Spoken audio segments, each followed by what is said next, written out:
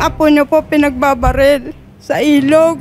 Pumunta po ako doon. Nakita ko po talaga, ang dami nila, 30 pulis.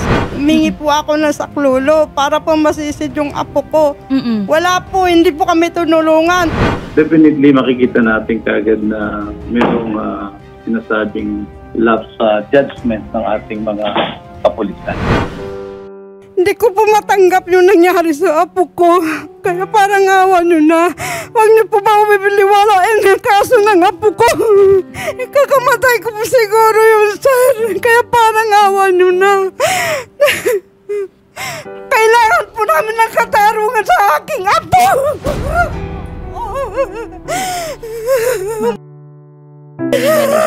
Pa siguro. Nakausap ko yun, sir. Hindi ko kaya. Nangyari sa apo ko.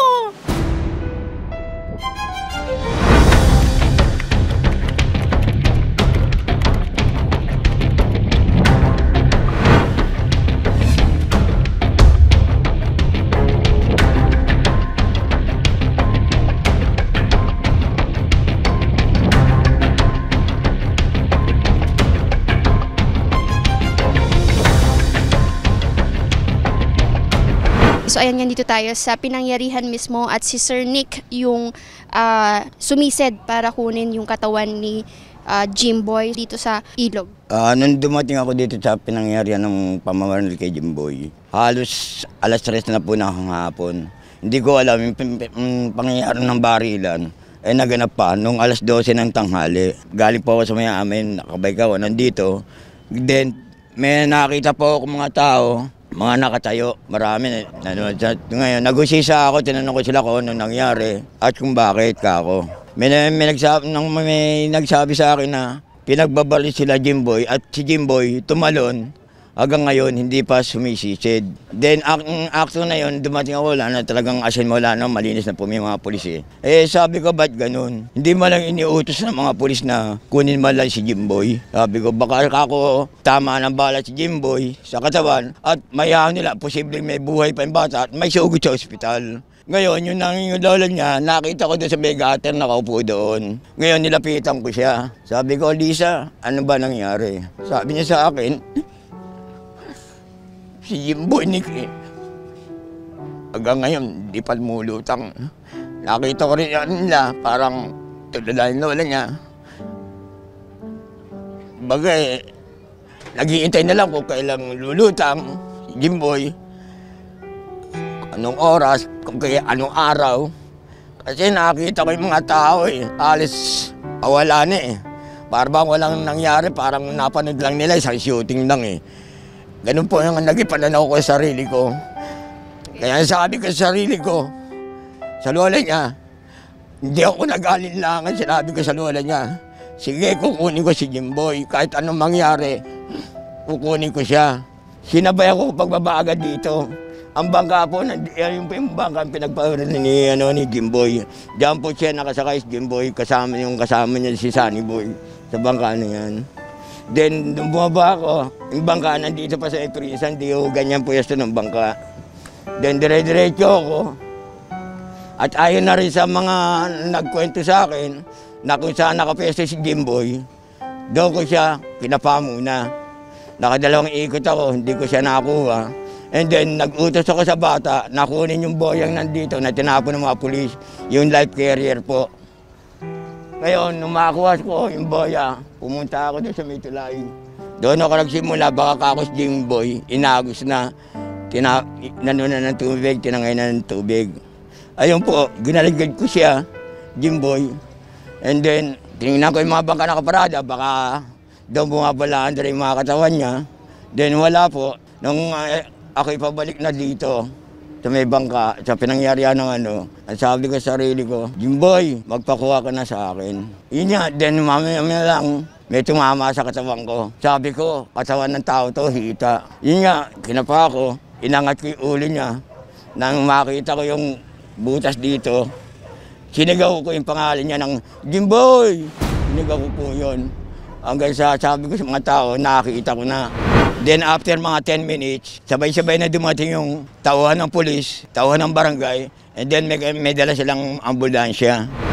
Sa akin lang po, Yung panghinaya ko sa bata, kasi talaga pamalasakit ko yun nandoon sa bata eh. Kasi ibang bata ho talaga siya eh. Kasi nakikitaan ko yung bata eh. Kasi nga ako nga po yung nag-aya pa para sumama siya sa amin sa laot. Ako po nag-aya sa kanya eh. Dahil kasabi ko sa kanya, kaya sa tambay ka dyan sa gabi, sumama ka na lang sa amin. Yun lang po sa mga pulis ka ako, maling-mali. Maling-mali, alam ko naging ugat lahat ng ito, yung maling impormasyon na natanggap ninyo. Yun lang po.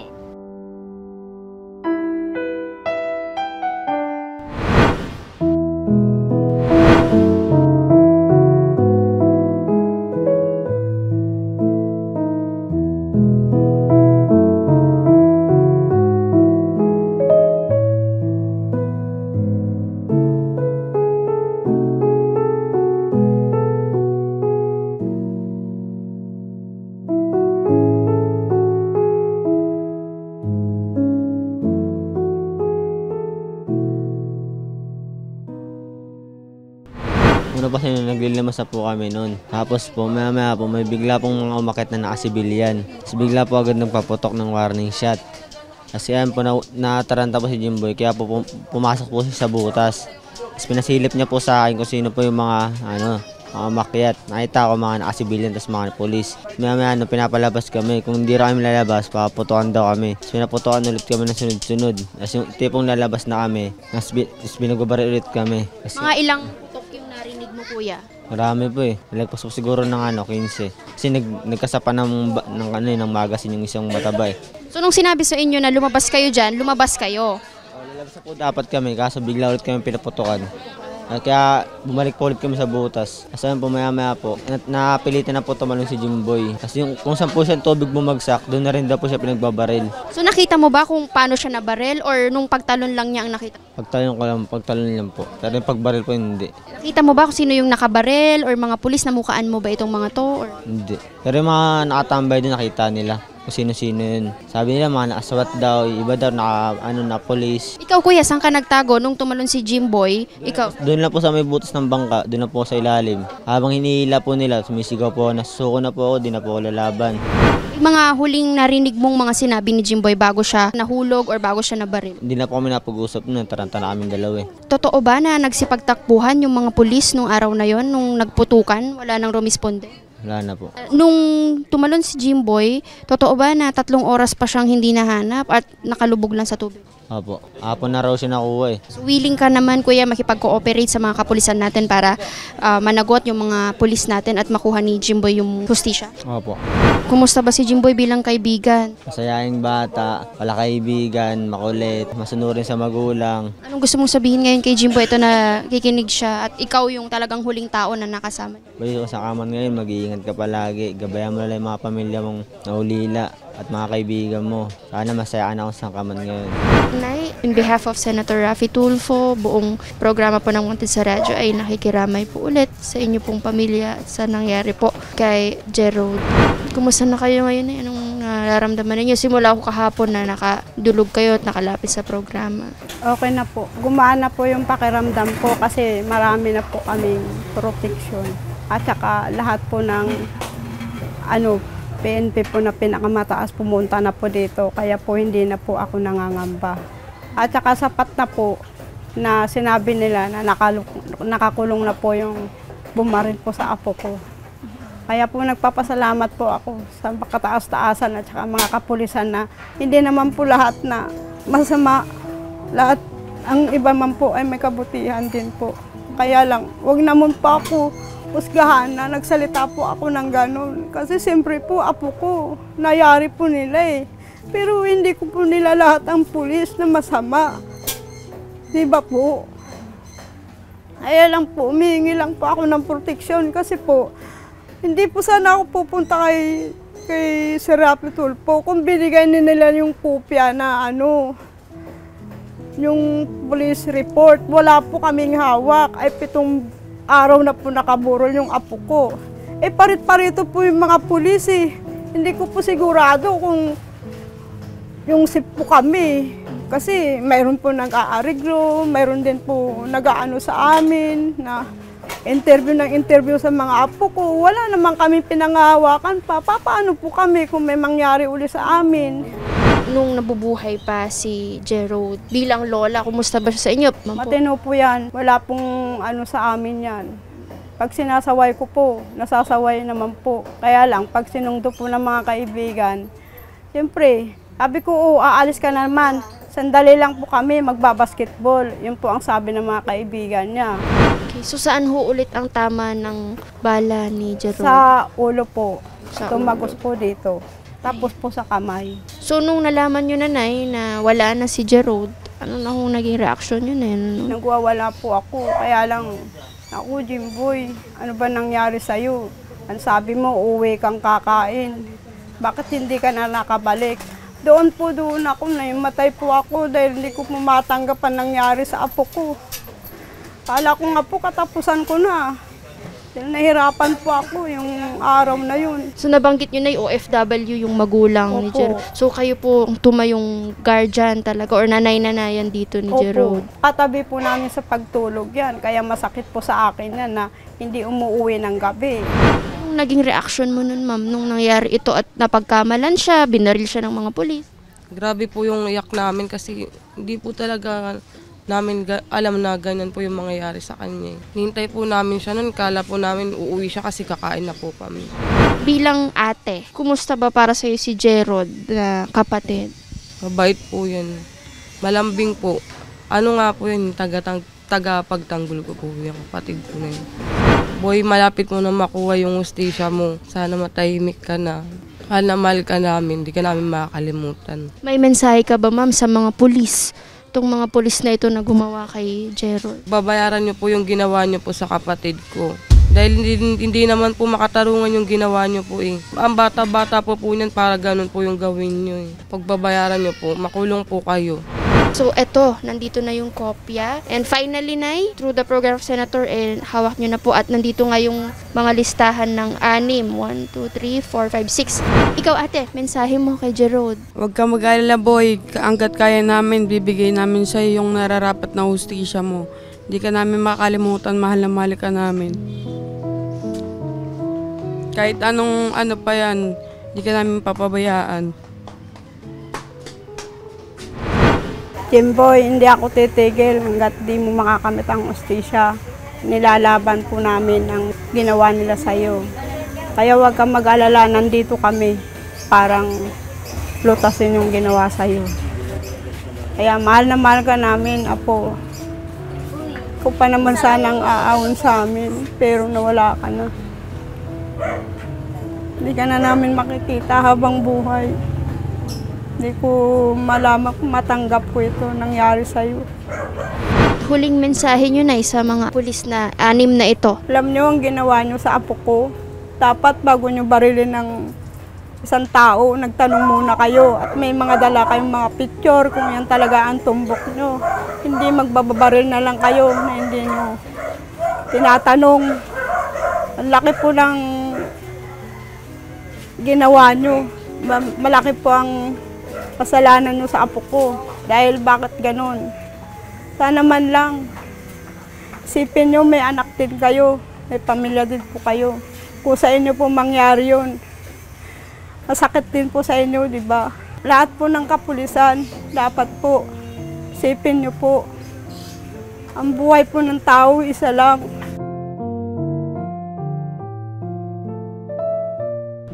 Again, kami po ay nakikiramay nila Senator Raffy Tulfo. Kaya niya rin po kami pinapunta dito ay para rin po iabot itong tulong from Senator, ma'am.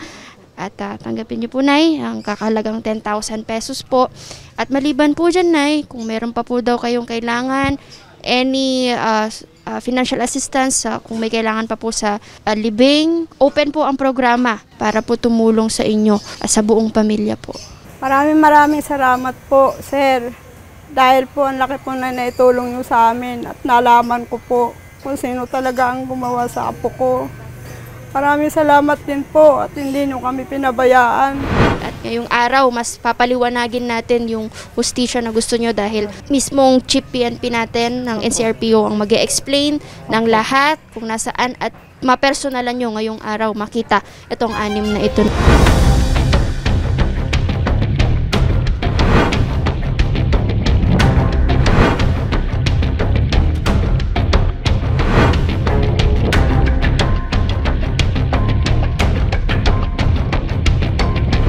alam niyo po, yung kaso o yung nangyari ay hindi naman natin sinasadya. Pero ganun pa man, nagsimula kasi yan, alam niyo naman, sa isang shooting incident, sa isang barilan. Nung Agosto 2 ng alas 2 ng madaling araw. Hindi ko lang matansya kung anong oras na huli yung isang suspect. Kasi madaling araw din. And then may nakatakas na isa, nag-follow up. Ngayon, may impormasyon na yung nakatakas na isa ay nandun daw sa tabi ng dagat o ilalim ng natuloy, nasa bangka. At yun na ang nangyari, bandang alas 12 katanghalian. Sa information ho, may nabaril, tinawag kagad sa akin yun. At sabi ko dun sa chief of police ng Navotas at nung naisabi sa akin ng district director, ay imbestigahan mabuti at hindi pwedeng magkamali. So, imbestigahan, kailangan managot ang managot kung may pananagutan at umami naman sila kaagad. Bumaril sila lahat ayon sa investigasyon. Kaya nga naipile yung kaso, homicide at nakakulong hanggang ngayon. At depende na sa piskalya kung ano ang magiging preliminary or investigation na mangyayari at yun ay maipipila din sa korte. Huwag po kayong mag-alala. At ako bilang opisyal, naging chief of police din ako, naging regional director din ako sa ibang region. Ito, naging regional director ako. Meron tayong district director, meron tayong chief of police, at aking babantayan yun, such that wala pong mangyaring cover up o pagtatakip. Sa katunayan, naiutos po natin na imbestigahan at naipile yung kaso. Kung meron man nananakot sa inyo nang dahil dito sa kaso na ito, ibinibigay ko po ang number ko sa inyo. Okay, nandito kasi ako sa opisina at nandito yung mga magulang, lola, kapatid. Chine-check lang natin yung sitwasyon kung kayo'y nakakulong ba talaga. O sige, kamusta naman kalagayan nyo dyan? Okay lang po kami, sir. Maraming salamat po, sir. Okay. Humingi po kami ng pasensya, sir. Aksidente lang po talaga nangyari, sir. Wala po kaming intention po na mabaril po yung tao, sir. Okay, yung isa naman. Pasensya kami, sir. Humingi po kami pasensya sa mga kamag-anak po ng biktima, sir. Wala pong intention, sir. Yung sumunod naman. Humingi po kami ng kapatawaran, sir, sa nagawa po namin, sir. Hindi po namin... Sige, yung isa naman. Sir, humingi po kami, sir, ng pasensya po sa mga nahuli lang po, sir. Sige, yung isa naman. Yung isa naman. Mangyari po yun, sir. Pasensya po sa pamilya po, sir. Yung isa naman. Sir, humingi po kami ng pasensya sa pamilya na mayari, sir. Yung isa naman. Mabaril po yung biktima, sir. Ako, pinapatawag ko na kayo bilang yung commander nyo. Pero of course, meron tayong dapat harapin. Okay? Yes, opo, sir. At least kayo ay sinabi nyo na may inamin nyo at hindi kayo tumakas kagad. Tumakas ba kayo nung Agosto? Humingi lang po talaga kami ng kapatawaran sa pamilya, sir. Hindi po talaga namin sinasadya ang pangyayari, sir. Aksidente lang po talaga, sir. Wala po kaming intensyon na mabaril po yung tao, sir. Harapin nyo yon at huwag nyo tatakutin yung gagawan ng masama ang mga namatayan, ha? Ako ang makakalaban nyo. Okay? Opo, sir. By virtue of command responsibility, we will look into the lapses of the commanders kung meron. It is a subject of another admin case for the commanders if they will be found liable. Nandiyan na po, umuusad na po ang kaso sa administrative case and whether it will not be the name of the commanders, especially the chief of police or before the chief of police kasi may mga team leader yan. Kung makikita ko doon na hindi properly na supervise and after the fact kung yung procedure ba ay hindi nila nasunod, pinagtakpan ba nila, then they will be found liable. Ako naman po ang magdi-decide for a full-blown investigation or summary hearing proceedings dun sa mga taong opisyalis natin na hindi gumawa ng kaukulang procedure. Nung nangyari yan, nanlumo ako dahil ba't kailangan pang madisgrasya? Kasi yung pulis natin na nag-training na, may protective gears na sila. Sa rules of engagement, the use of force, especially the use of firearms, shall not be employed at all times, period. Okay? At i-employ mo lang yan, the use of force, it should be a last resort. The life of the police are endangered, okay, including bystanders. Meaning, dapat kung armado at nakikita na armado ang kalaban. Well, at that instance, Davro Light, katanghalian yon. May baril ba o wala? 6 sila, hindi pa nila makita. Ngayon, kung may baril man, papuputukan mo ba kaagad? Hindi. You do not use your firearm. So sir, any message na lang sa family, behalf of all the police na? Nakikiramay po kami. Ako personal, buong kapulisan ng NCRPO at lalong-lalo na ang ating Chief Philippine National Police, ang ating butihing SILG, Secretary Attorney Benhar Abalos Jr. Nakikiramay po kami dito sa hindi nating inaasahang nangyari. At rest assured na wala kaming pagtatakpan, yung dapat mapurusahan ay mapurusahan, and justice will be served to everyone.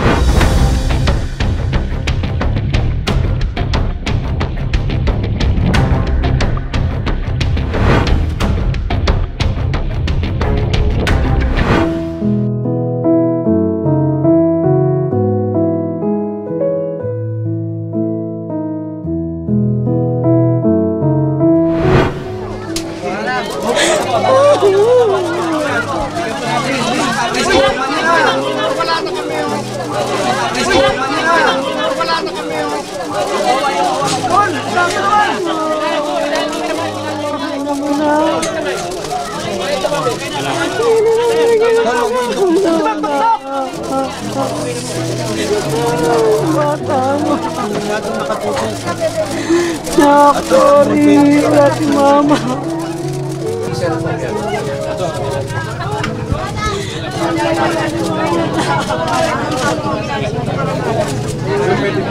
Nakikiramay. Salamat pa.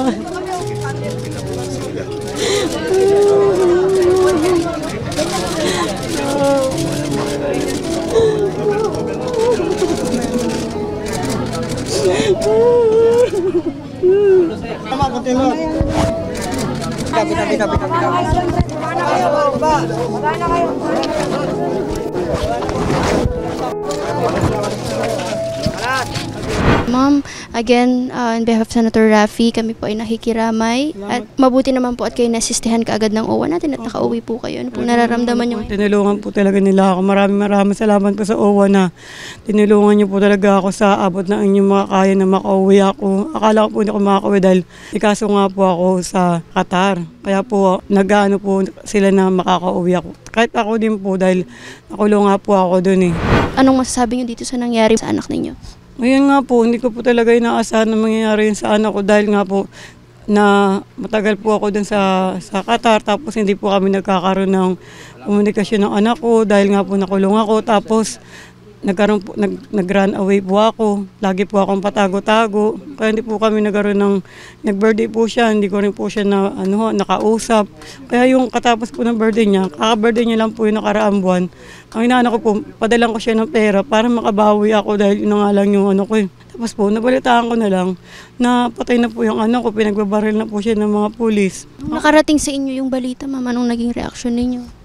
Ano po, nagtatalong po talaga ako sa iyo kasi hindi ko po matanggap na gano'n nangyari yung ginawa nila sa anak ko. Pinagbabaril na nila tapos pinabayaan pa nila sa ilog yung anak ko ng 3 oras. Tapos yung kamag-anak ko pa yung naghanap. Kung hindi pa nahanap ng kamag-anak ko yun, ayun nangyari sa anak ko, parang na-salvage lang. Tapos pinabayaan pa nila dun sa may parang styrofoam na 5 oras bago dumating yung suko. Ano yung anak ko, hayop na lang, binaril lang nila, napabayaan lang nila ng ganun. Kasi sila kaya maramdaman nila kung gawin sa kanila, sa pamilya nila, kaya sa kamag-anak nila. Kumusta siya bilang anak para sa inyo ba? Kasi 17 years old pa lang po siya eh. Lagi niya dahil nga nasira nga po yung cellphone ko na nabasag na hindi ko po alam na nagme-message siya ng mama, kailan ka uwi, mama miss na kita. Ayun nga po yung mga moments na sana nag-uusap kami na nalaman ko kung ano nangyayari sa kanya. Ayun po yung inaano ko na. Tapos na pag uuwi na ako, mapunta tayo sa Luneta, ganyan, yung magpa-family bonding kami. Katulad po nito, umuwi ako. Sabi ko, pag uwi ko dyan, magpunta ulit tayo ng Luneta. Masaya na po kami sa ganong paggaling po ako ng ibang bansa kasi pangatlo ko na nga po ito eh. Tapos hindi ko po alam na ganito mangyayari.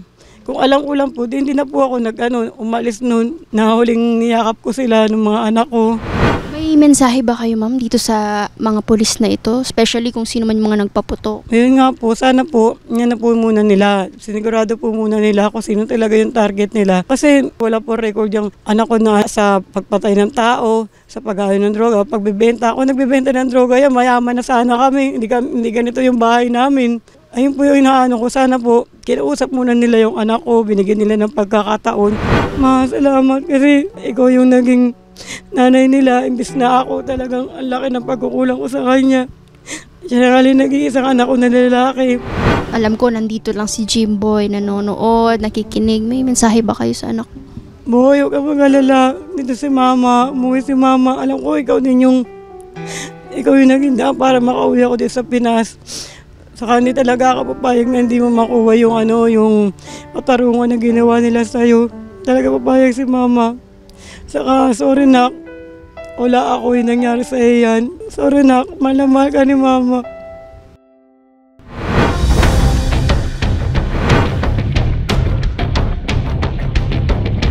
Unang-una, sir, aware po ba kayo na may ganito pala silang gagawin na operation at ano po ba ang talagang nai-report sa inyo? Napag-alaman ko na lang po na may nangyaring follow-up operation mga bandang 4 p.m. noong August 2. Doon ko lang po nalaman, kaya kaagad-agad ko pong pinareport yung mga involved na pulis ng substation 4 at ng SWAT po. Kayo po ba ang nagsabi or paano po, sino pong nag-utos dito sa anim na ito na magkaroon kayo ng follow-up operation at hindi kayo sinabihan, sir? Base doon po sa testimonya ng anim din na napag-alaman nating mga pumutok, yung substation commander daw po ang nagpatawag sa kanila at nag-conduct ng briefing. Sino ba itong substation commander natin? Si Captain Carpio.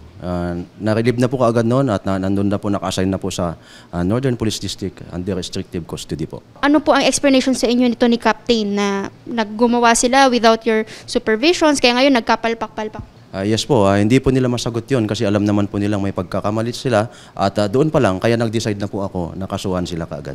Kaagad-agad po, nag-submit na po ako ng case folder doon po sa NPD IAS, Internal Affairs Service. Kasama po dito yung dalawang ground commander, si Captain Carpio at si Captain De La Cruz po. So yun naman po ay sa admin. So hopefully, sir, ang talagang gusto natin dito ay masibak sa pwesto kung talaga mapatunayan natin. Malaki po ang posibilidad na masisibak po sila sa pwesto, lalo na may namatay po.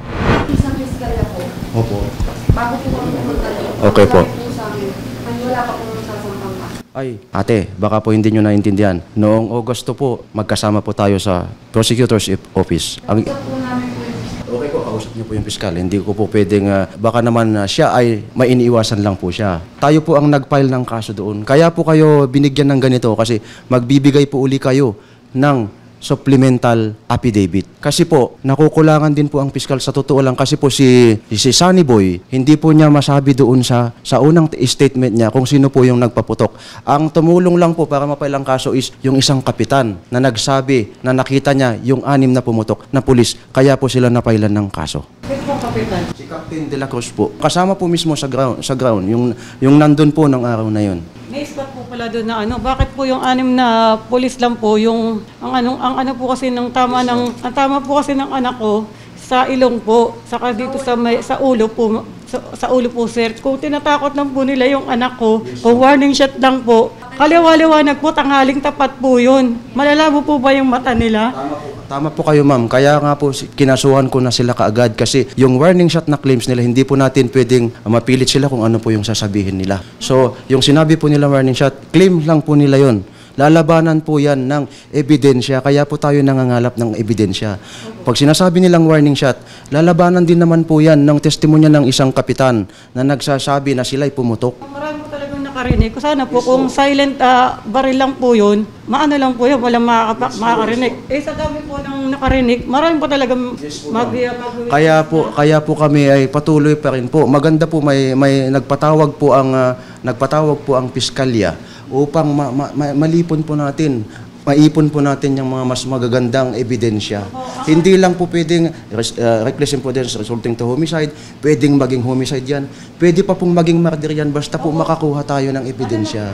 Ito pong na-file natin, sir, na reckless imprudence resulting to homicide. Bakit po ito yung napag-decide natin na i-file at kaya pa ba natin to convert it into later on to murder, sir? Kaya po yan kasi po, bago namin po i-file, mag-a-advise din po kasi ang piskal. Kaysa naman yung i-dismiss niya kaagad. Mag-a-advise po ang piskal kung ano yung pwede. Dahil po hindi pa natin ma-detect kung sino po sa kanila. Wala po sa testimonya ni Sunny Boy. Si Sunny Boy po hindi po niya masabi kung sino sa kanila. Kaya nagdadagdag po tayo. Sa usaping paglabas po, yung piskal po ang titingin sa mga dokumento. Siya po ang magsasabi kung bailable o hindi bailable. Makakalabas ba ngayon, bukas, or the other day without the resolution of the bail? Hindi po pwedeng lumabas ang mga detained nang wala pa resolution dahil ako po ang matatanggal sa serbisyo. Ayaw ko pong suwayin yun. Ako po ang nag-file ng kaso. Ako po yung tumulong kina ate sa pag-file ng kaso. Ayaw ko pong matanggal naman sa serbisyo. Makakaasa po kayo, hindi po sila makakalabas ng walang utos ang piskal. Piskal lang po ang pwedeng mag-utos kung sila ay magbe-bail. Let's say na nakapag-bail po, yung mga pulis po na yan ay hindi na po assign sa Navotas City. Sila na po ay na-assign sa Admin Holding Unit. Restrictive custody po sila ng Northern Police District. So, hindi po sila pwedeng lumabas? Yes po, hindi po. Pag makalabas po sila ng kulungan, doon lang po sila sa headquarters. Upang maalis po yung inyong pangamba na kayo ay balikan ng mga pulis na yan. Kaya po ako nagbigay ng escort po doon sa bahay nyo at nakausap po namin sina ate, sina nanay, kailangan nyo po yun at kailangan po namin kayong pangalagaan. Ayaw po namin na may mangyari sa inyo.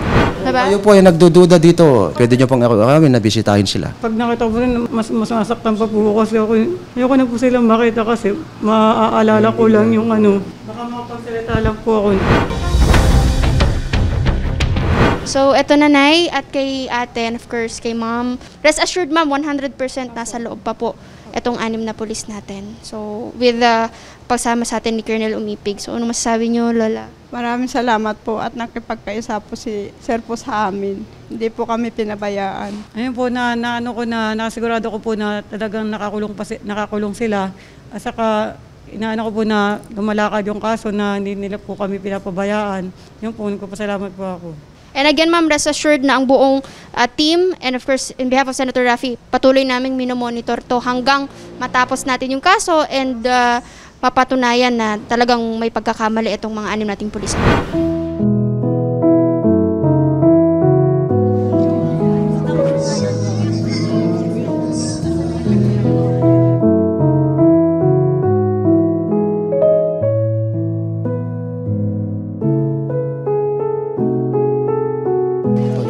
Jimboy, amin pong paimbestigahan.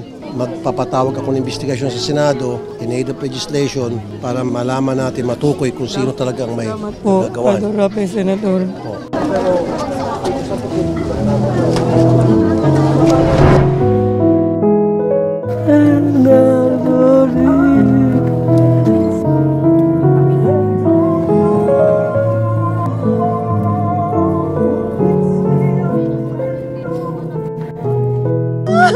Sumama ka na sa amin ng buhay!